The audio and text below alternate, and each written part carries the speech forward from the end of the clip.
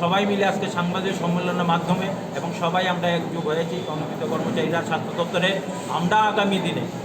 আগামী দিনে যদি আমাদের সেই দাবি মতো সরকারের কোনো সিদ্ধান্ত না নেয় এবং ভীষণ ডকুমেন্টসের যেই প্রতিশ্রুতিটা ছিল এবং বিগত যেই বিজেপি সভাপতি ছিলেন বিপ্লব কুমার দেব মহাশয়, উনি আমাদের 2017 সালে আমাদের আন্দোলন মঞ্চের জিবি হাসপাতালে এসে উনি নিজের মুখে প্রতিশ্রুতি দিয়েছিলেন নতুন সরকার প্রতিষ্ঠিত হলে 6 মাসের মধ্যে সমস্ত অনিয়মিত কর্মচারী নিয়মিত করবেন। তখন বিপ্লব দেব মহাশয় উনি সভাপতি ছিলেন, উনার আদেশ পেয়ে আমরা উদ্বুদ্ধ হয়েছিলাম, অনেক আনন্দ হয়েছিলাম, নতুন স্বপ্ন দেখেছিলাম। কিন্তু আজকে 6 বছর সরকার হতে চললো, আমাদের দাবির প্রতি বিন্দুমাত্র সহানুভূতি আমরা সরকারে দেখিনি। তাই আমাদের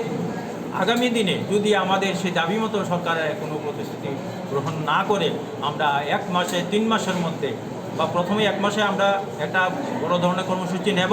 এবং সমস্ত স্বাস্থ্য দপ্তরের সমস্ত ত্রিপুরার